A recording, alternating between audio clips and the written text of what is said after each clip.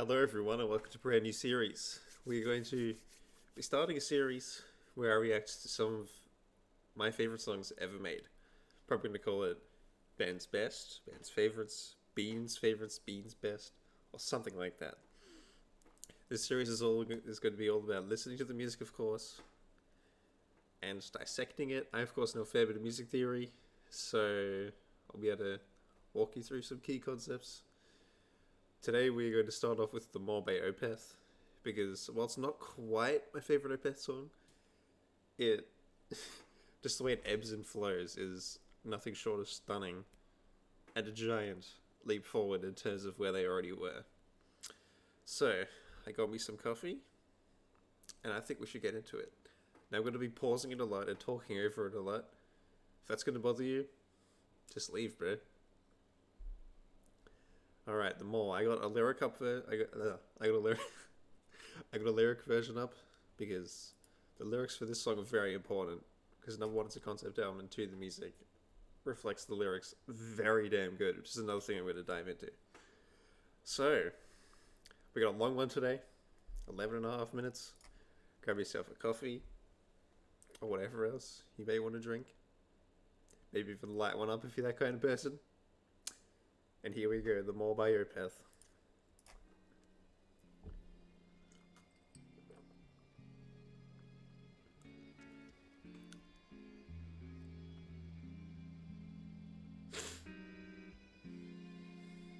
First things first, straight off the bat, this makes you so uneasy. Jesus. This makes you so uneasy. Just this slow fade in of the heavily reverberated electric guitars and acoustic guitars. Just does a wonderful job in making you feel tense right off the bat.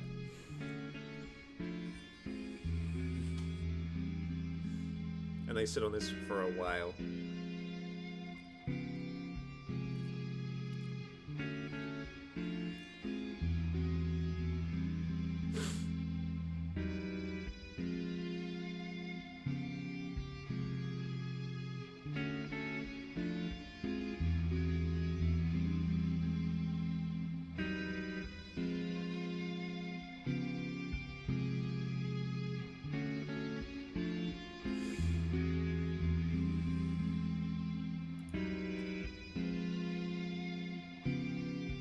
They're still fading it in.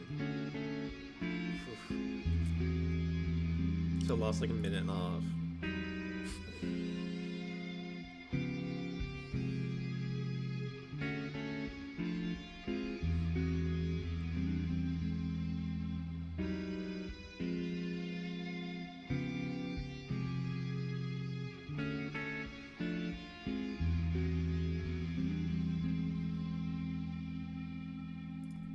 And after all that tension,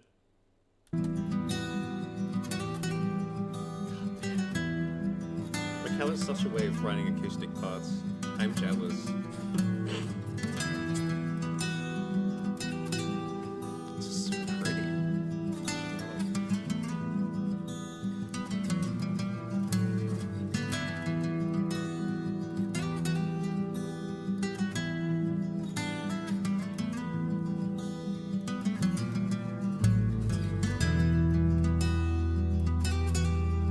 I always saw this bit as a moment of hope for the main character. After all that darkness at the start. This next bit coming up is just pure tension and release. Right before the climax, which might actually be my favourite moment of Opeth's entire career, but we will get to that.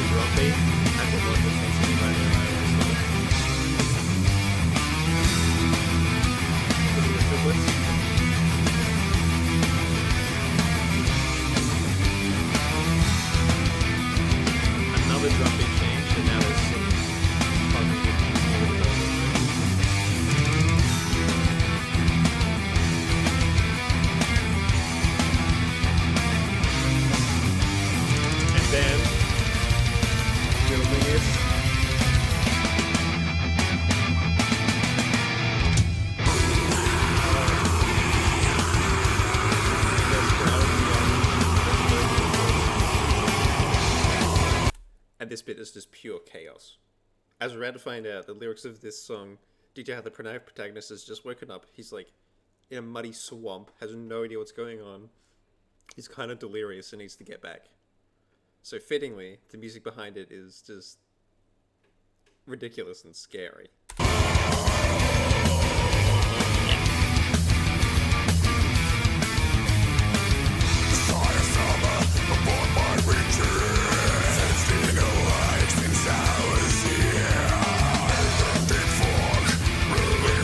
It's been thrown in like some kind of lake or swamp, and is but there's a deep fog blurring my trail. And bear with me a sec, guys.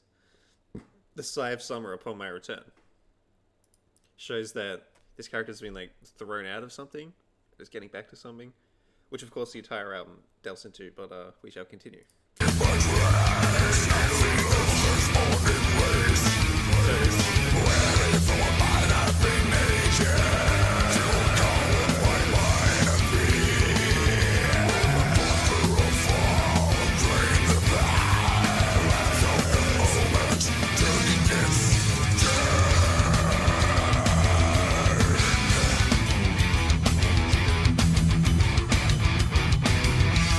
Big chords and all the wonky birds.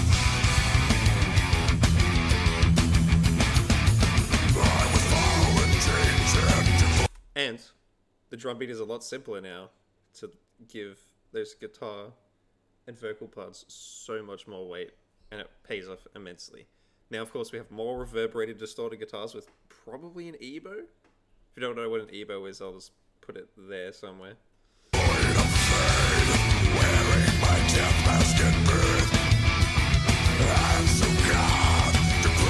Once again,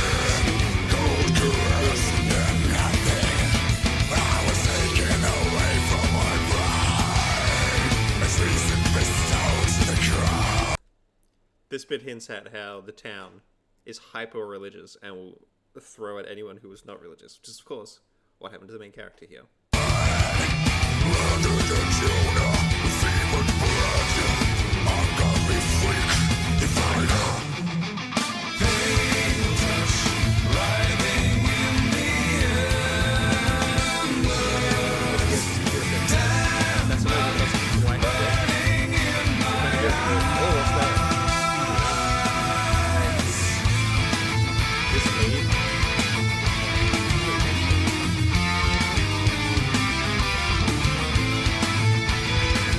Big and triumphant, but it's also really dark and creepy at the same time. Perfect for this kind of song.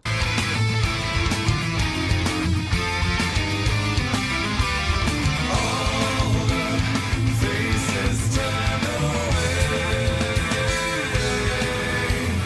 and all was near at my demise. How's the vocal up with the stuff? Oh my god.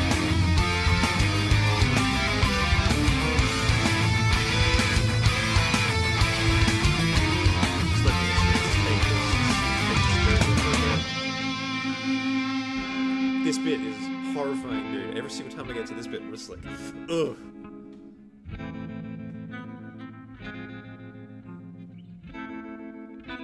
Have you had enough of this?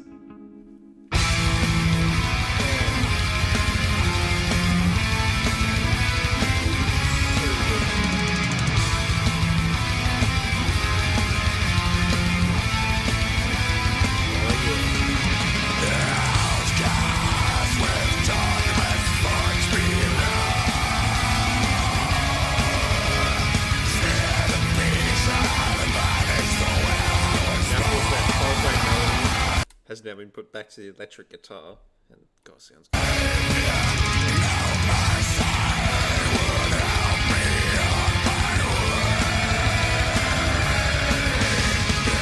How much longer we go? 4 minutes.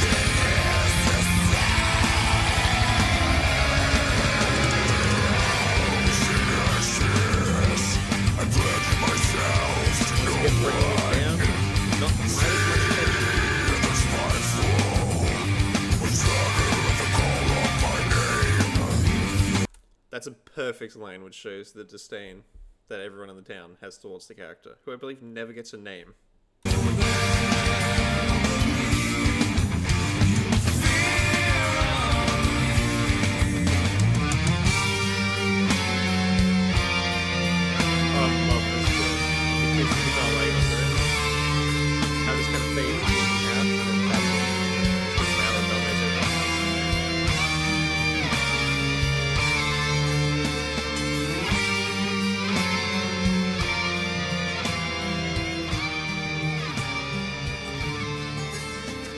At this bit, on first listen, some people might be like, "Hey, is this song nearly done?" Oh.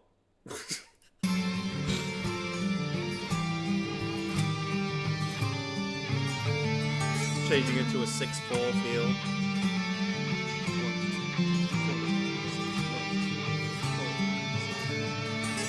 You guys get the idea. This is also one of the only bits. 11.5 minutes, which is not just soaked in tension. So it acts as a really good sweet spot to be in for a little bit. Because when you're listening to an 11-minute song, no one wants to hear just like the bashing over your head for 11 minutes, you know? Shane, if you're watching, that's why Opeth puts acoustic bits in the middle. So you're not listening to 12 minutes of the same goddamn thing, okay, buddy? You got that? Okay, let's continue.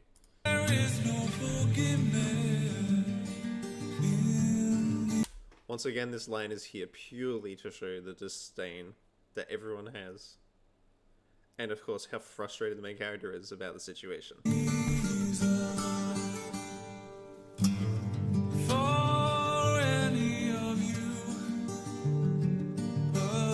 Of course, talking about Melinda.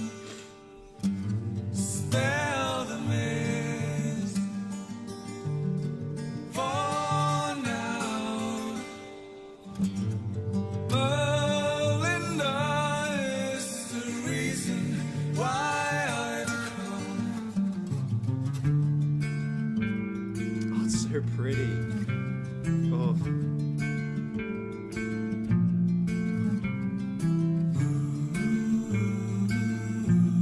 I'm a sucker for guitar and vocal harmonies. This is a unison, but you got it. Once again, I'll put that there if you have no idea what that is.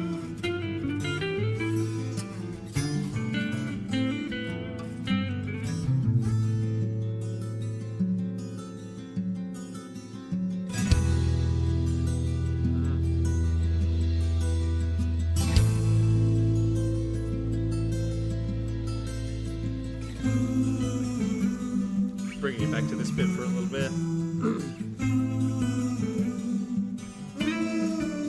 The chords for this, I'm gonna have to pitch those chords. Find out what they are in pitching.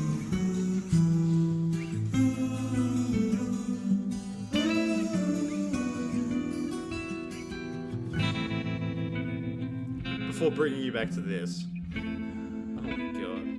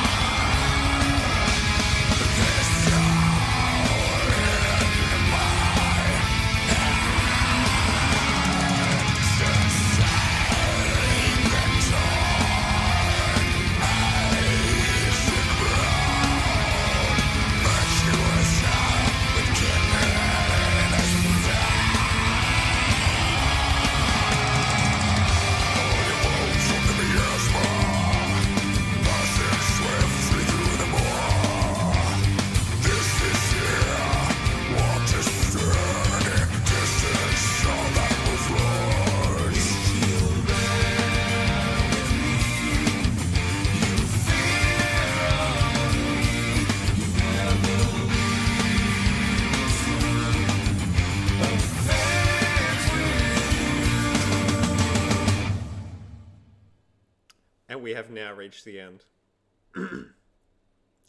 Like I said at the start, I have always seen this song as a masterclass in how to build tension, drop it back down, and then just hit you right in the face once again. All across a span of 11.5 minutes.